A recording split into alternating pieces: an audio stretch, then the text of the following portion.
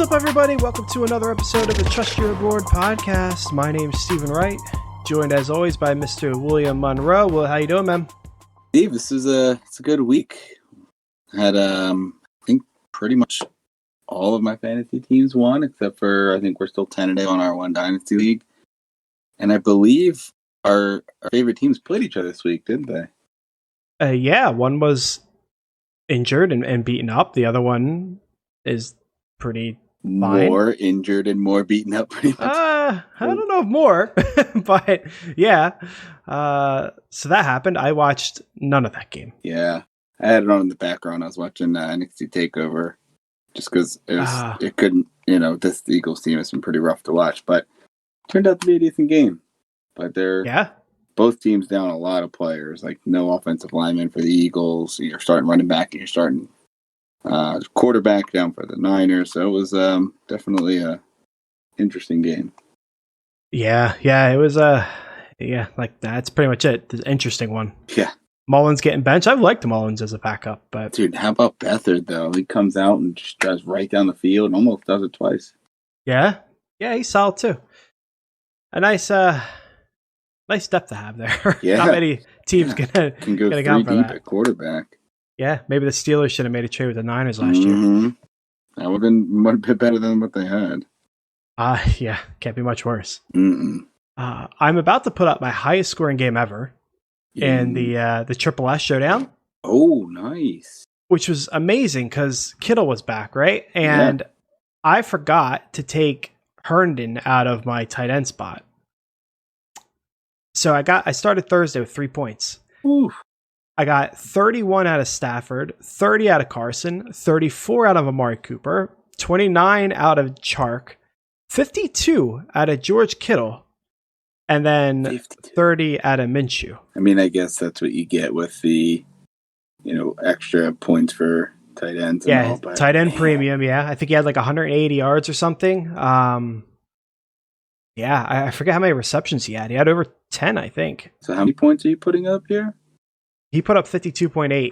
What's your team looking like, though? Oh, my team. Well, I still got Clyde to go tonight, but I'm projected at 256.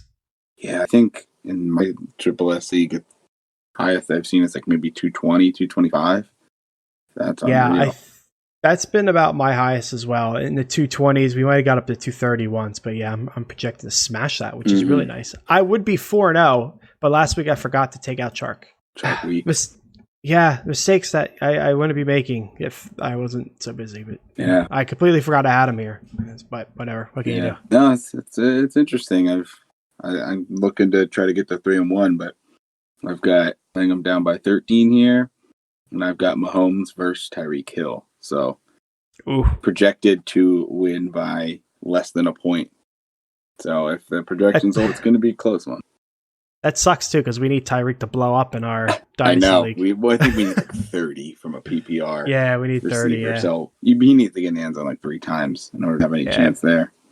Yeah, it'll be tough.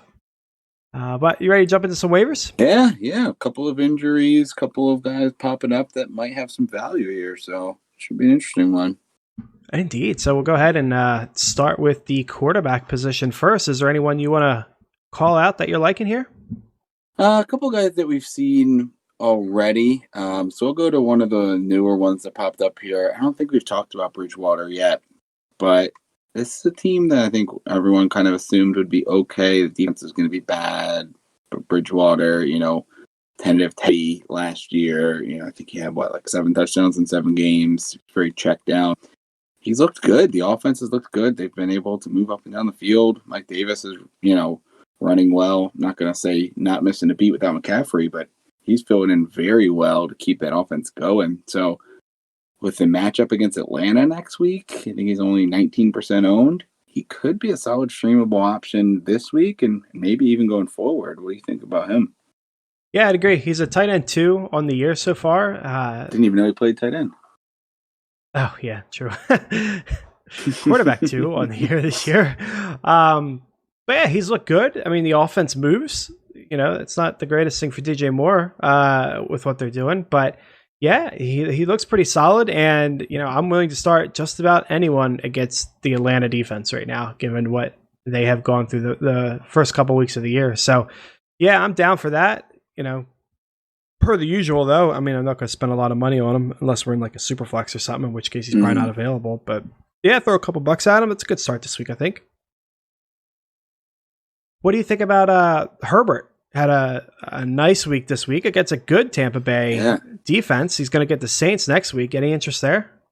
Yeah, he's the guy that I think I wouldn't mind streaming. Saints defense is better than Atlanta, especially playing at home. I know the home field advantage isn't as big. Actually, that's just off the top of my head. It'd be something I'd be interested to see how home field advantage has, what the win percentage is historically versus this year when you have limited to no fans, if it is as important as it is most years. But good question. Yeah, it'd be something interesting. If anyone knows of any Twitter accounts or anything that follow anything about that, tag us. It'd be interesting to take a look at. But no, I mean, he's looked good. Eckler's going to hurt though. That's a big injury there, so you got to factor that in. Yeah, it's a double-edged sword. Eckler being out could lead to, more passing to the wide receivers. It could lead to, less stacked boxes and a harder time for Herbert. So it could go either way. We won't know until after the game, but yeah, I mean, he's looking promising. That's definitely a miss on my part. I was not very high on him. I definitely saw some flaws there, but he's looked good. Some people just hit, and who knows? Maybe it's a first-year thing, but he's looking good so far. Playing against decent defenses, and really anybody in the NFL is not going to be easy. So, yeah, I mean, I think he's not a bad play. I probably would rather play Bridgewater this week over him, but both of them are fine guys if you're looking to stream and you didn't grab one of those top quarterbacks. Yeah, absolutely. A couple other options here. You got Minshew, rostered in almost 50% of leagues, so he's kind of tougher to get your hands on. But we know he's got some upside, and he's facing Houston this week, which is going to be an interesting situation given that the coaching that actually kind of impacts me a little bit. I don't know if I want to play Minshew against a Houston team with a new coach. I can see them rallying around this new person and coming to life a little bit. How about you? Yeah, I think that is a good chance that happens, but I think there's also the chance that, if they're trying to change anything scheme-wise, it could be, less than a week here to get things implemented.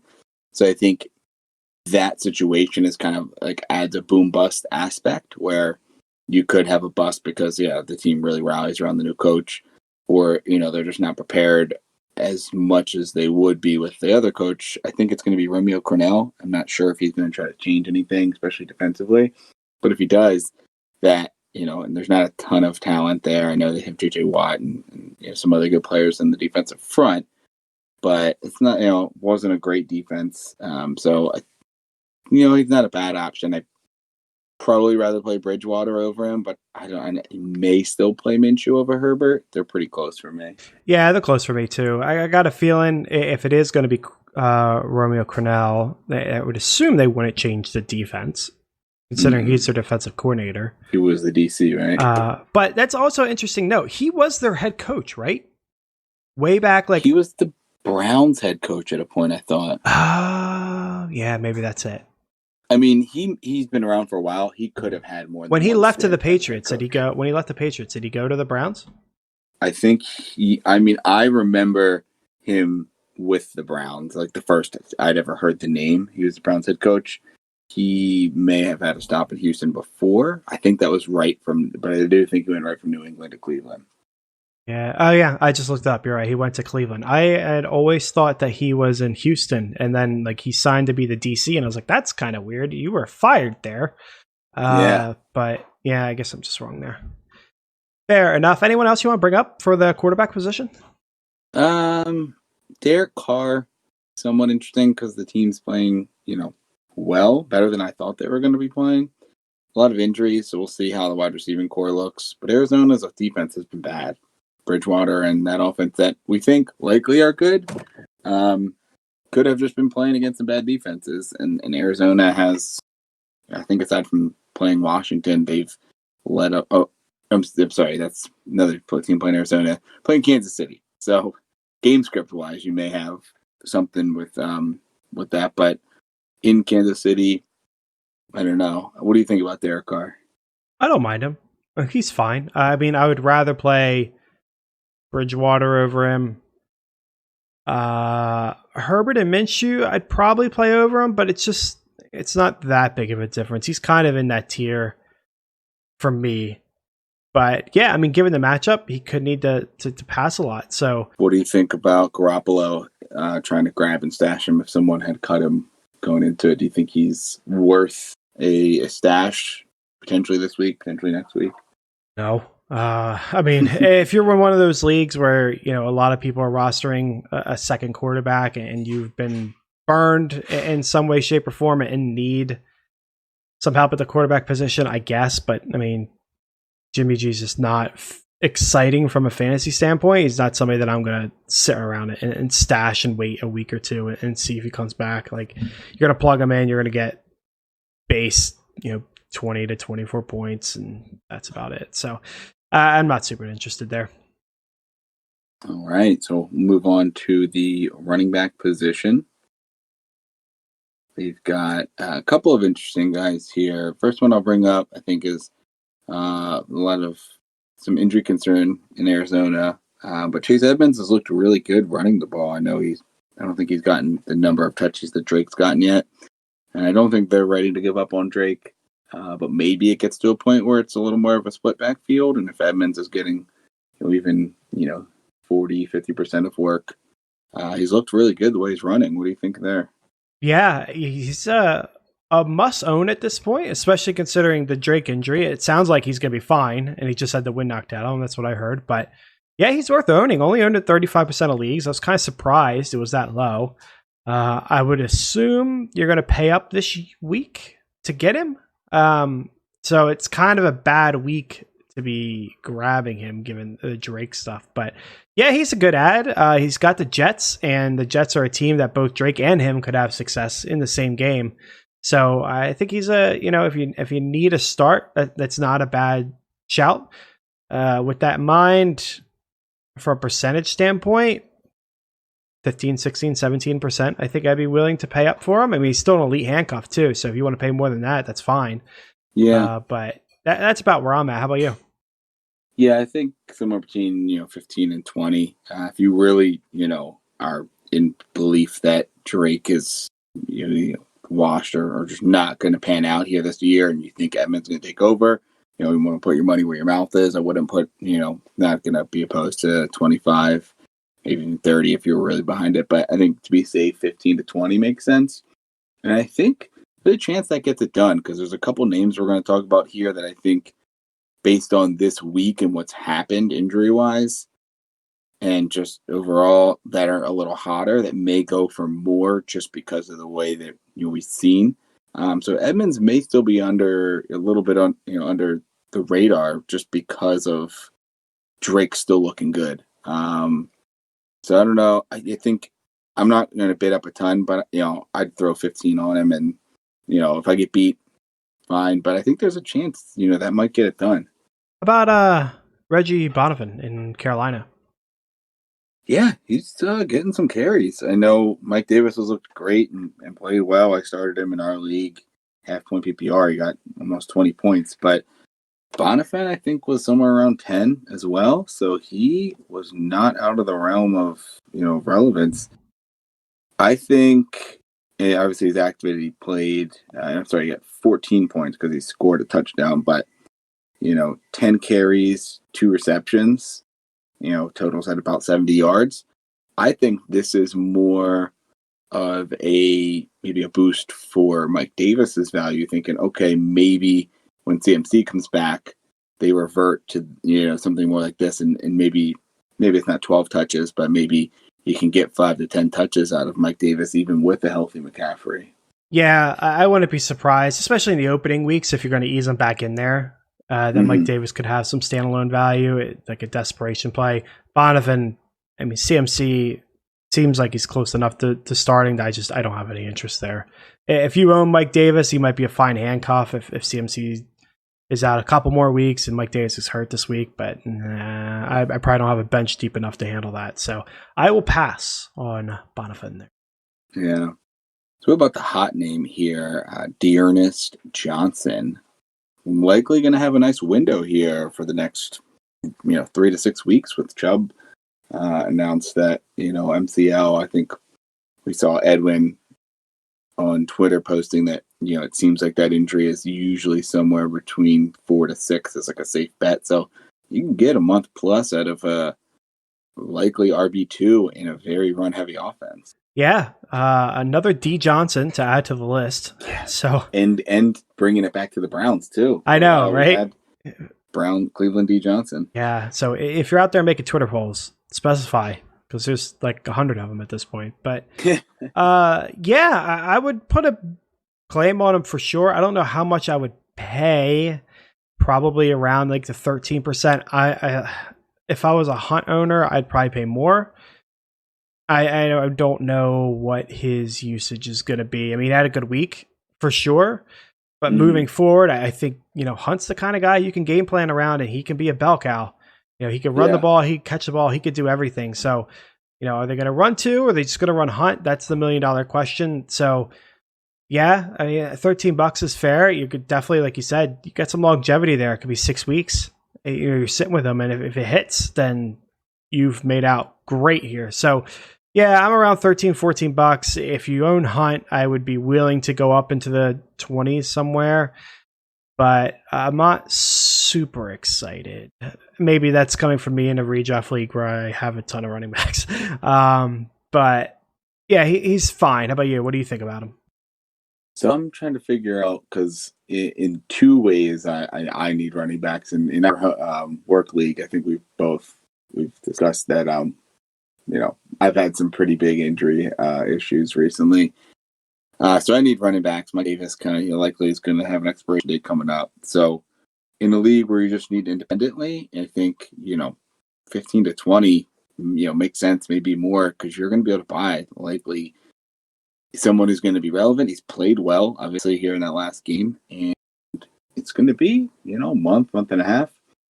Now, Steve, we've talked a little bit on here about my other redraft league, and we talked about a trade I just made because I had drafted Chubb and Hunt, traded Hunt to the Barkley owner last week.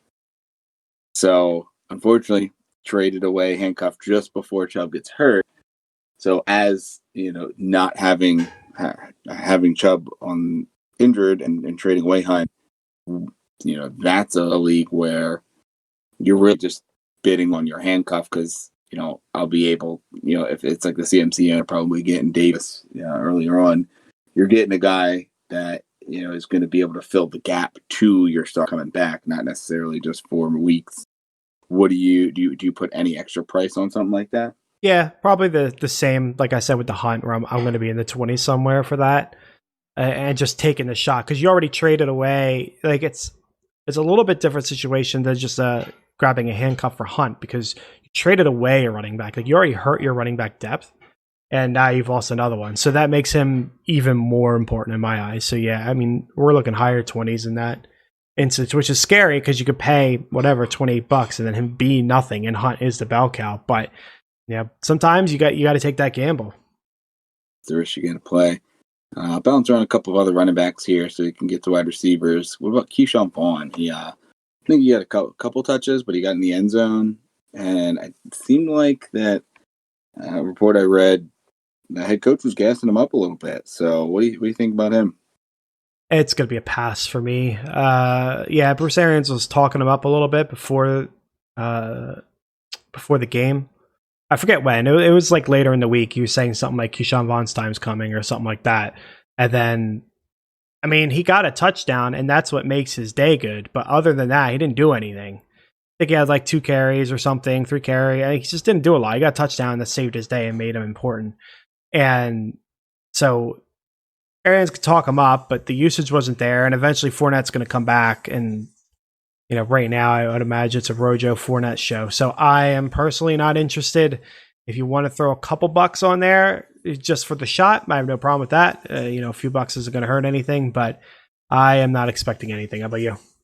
Yeah, I'm right there with you. I'm not going to pay more than 5, probably somewhere around 5-ish if you want to take the shot. But you're going to roster him and you're going to have him on your bench, you probably need to see another good week this week before you can feel confident putting him in next week. So it's just something that you're looking to stash to hope that there's a big pop, but not something you're relying on. Yeah, the issue is he could have a good week this week, and then the next week Fournette comes back, and you're still going to be scared to play him. So, I'm not going to stash him to wait 3 weeks for clarity or something like that.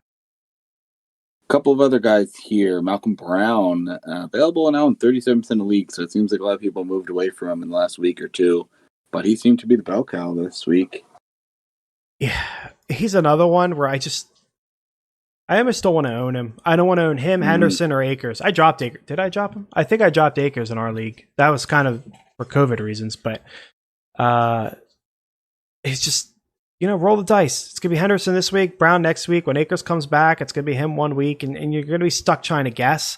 If you're in a position like you have mentioned in some of your leagues where you're short on running back, that's fine. You can plug him in, when you get to bye weeks and stuff, and hope that it works out. But you're not going to be able to predict without an injury. You're not going to be able to predict his games with any kind of efficiency. So he's fine if you're in a situation where you need those running backs. But if you have any sort of stability there, I would just rather save myself the headache and not deal with it.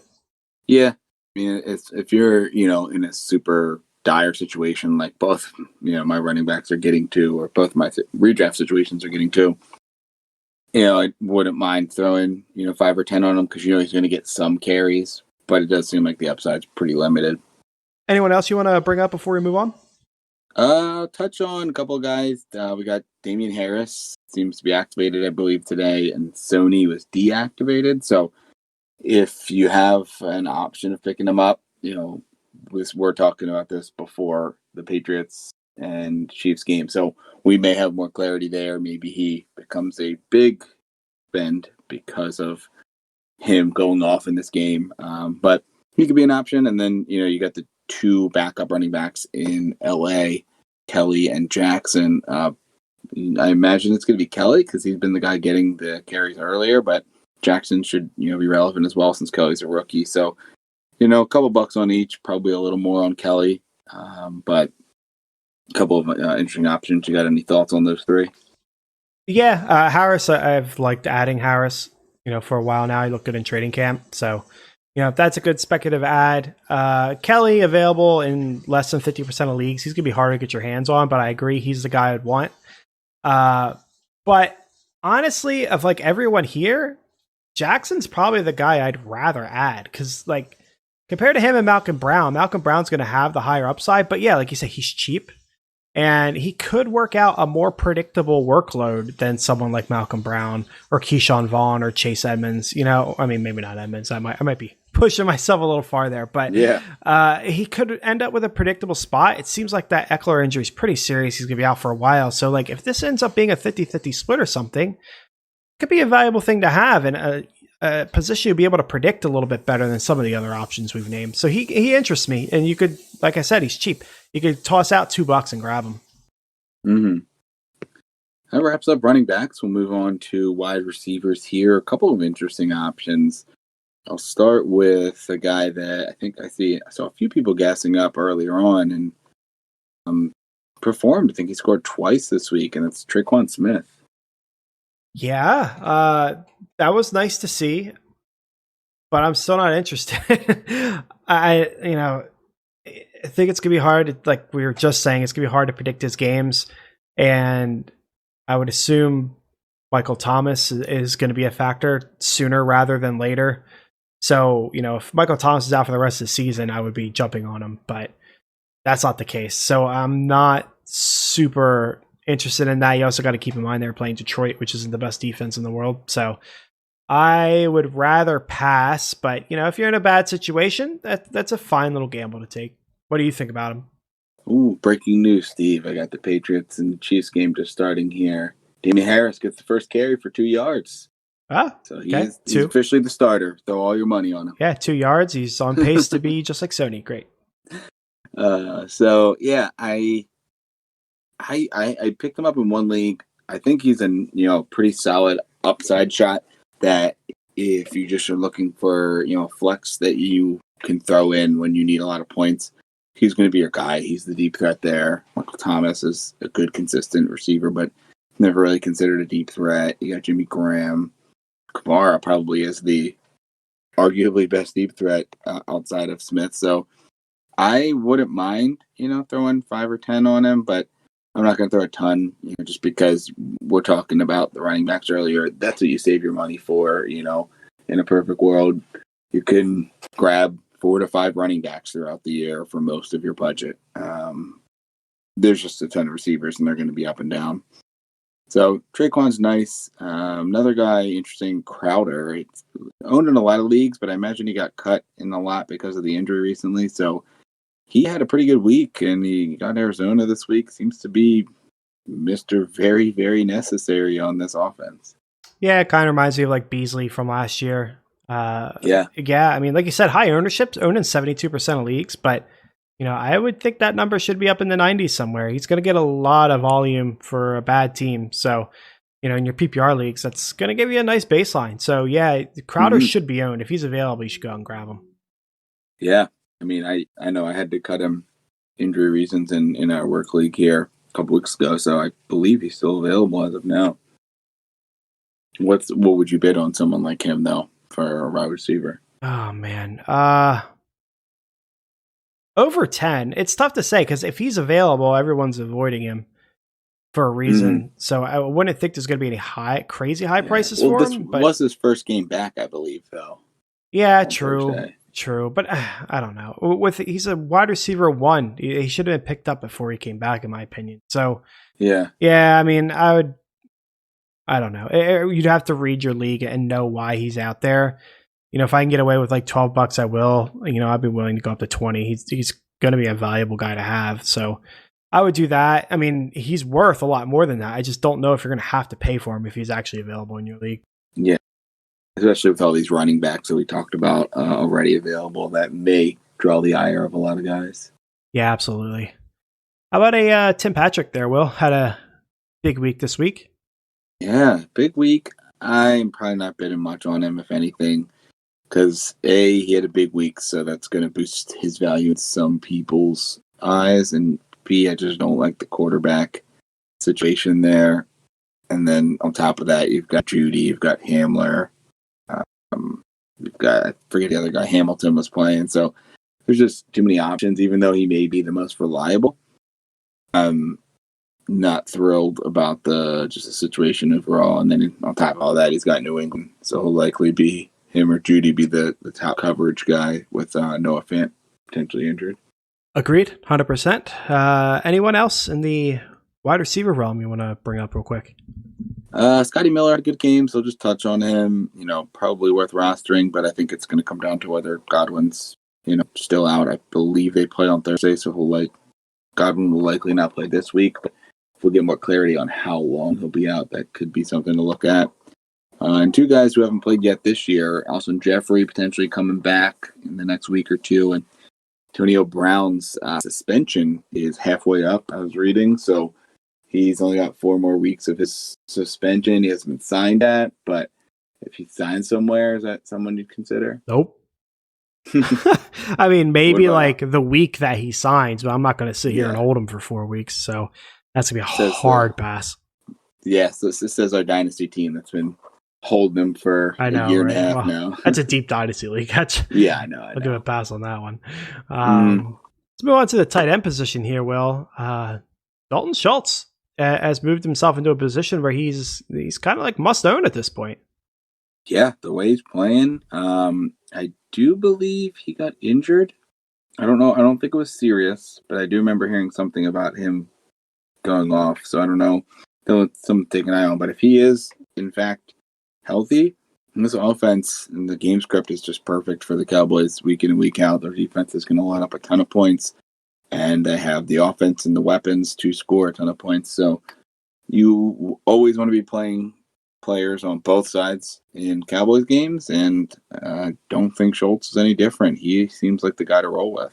Yeah, solid guy that you can, I don't know how much I would spend on him. If I need a tight end, that's a kind of a valuable position to have, right? So Yeah. I'd be in the And teens you're going to get somewhere. him for a few weeks probably too. I mean, if not longer. He's a guy that you could just plug and play. Yeah, absolutely. So he's a nice shot to take. Austin Hooper finally found the end zone. Any interest there? Not really. It seems like they're using him more as the blocking tight end, and that just all goes back to the way they're running their offense, being a very run-heavy team. So I think I'm out on him, unless something happens where they have to change the way that they run their offense. I know you and I weren't super high coming into the year, but he's someone I'd rather let someone else, spend some money on and watch it blow up in their face likely. Yeah, absolutely. I'm the same there. No interest in Mr. Hooper. Mo Alley Cox, I feel like we're just retreading the same conversation. We've brought him up a while now. Still only 33% owned. You have to own him at this point. I mean, he's taking over Doyle, and Rivers loves a tight end, and you can't pass that guy up. Yeah, I mean, granted, he did only have 2 targets, 1 catch this week, so not the most encouraging stat line, but he scored, so it was, a relevant week. But I'd like to see more targets out of him. Yeah, that was a weird game. Yeah, very weird. Especially, it seems like anytime the Bears are playing, they just make it a weird game for all fantasy players on the field. Yeah, seemingly. So we got him. We got the big injury to OJ Howard. Are you interested in Gronk or Brait? I don't know which one I'd be more interested in. I guess Gronk for like touchdown upside. But I mean, I feel like what's going to happen is, you're going to spend on Gronk. Brait's going to be picked up for free or for a couple bucks, and Brait's going to be the one that, is more efficient. Gronk will get, a 2 touchdown game here and there, but Brait will be the guy that gets 40 or 50 yards, 3-4 catches and maybe a touchdown. And Brait will be the one that you'd rather start week to week. So I feel like one of them, just the way that this offense runs and the way, OJ Howard was looking good before the injury, I just don't know what to do. Avoid it entirely. That's what I'll do. Yeah. I mean, I like Brait. Yeah. Let's not forget that Brait had some tight end production just a couple years ago. So he's a good guy to have, but yeah, I don't want to play that game. I'm going to hard pass on that situation. Yeah. Another duo tight end here in Green Bay, Tanyan and Sternberger. Yeah, Tanyan's a pretty good ad. He's been getting some usage. Yeah.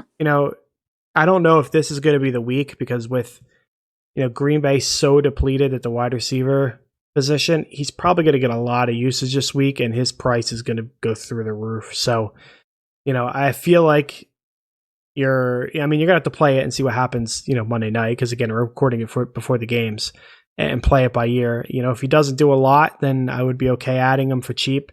If he does a lot, I'd probably avoid him because I don't want to pay up for it, really. How about you? What do you think about him? Yeah, I mean, I probably have to go with the targets right now with Tanyan. You and I both, I think we're, excited to see what Sternberger could be. He had talent coming out, but just hasn't put it together. I mean, he looked okay in his few games. I think he had like 3 catches for 30-some yards last week, even with Tanyan having a big game. So both could be relevant, but unless one of them really breaks out and, or the other one gets hurt, it's going to be tough. I feel like they could kind of be a back and forth tight end duo. That is fair. And defenses to stream this week. Anyone jump out at you here, Will? I'll call out one. I imagine they're mostly owned. They're 76% owned, but they've been cut in a couple leagues, and I was able to pick them up in our work league here, the Patriots defense. Picked them up this week and stashed them. I'm not going to play them against the Chiefs, but this is a situation where teams that are only rostering one defense may have cut the Patriots because they didn't want to play them against the Chiefs, and they get Denver next week at home. It seems like a prime matchup for a very talented Patriots defense. Yeah, absolutely. But like you said, highly owned. So 1 in 4 of you out there have them available, and I'd imagine for a defense that price tag is going to be high. I think We're usually paying a couple bucks. Throw a couple bucks on them. If you can get them for $3, $4, $5, great. If someone outbids you, well, grab one of these other couple defenses that we'll touch on here. Yeah, we got the Chiefs against Vegas. Also high ownership, 68%, but a solid matchup. Availability is a little better, and with the Patriots juicy matchup, that might make people, bypass the Chiefs. So if they're available, that's a nice grab to put a couple bucks on. Would you agree? Yeah. I mean, I think those are the two teams that I'd want to be playing. Most of the defenses available had subpar matchups or were subpar defenses.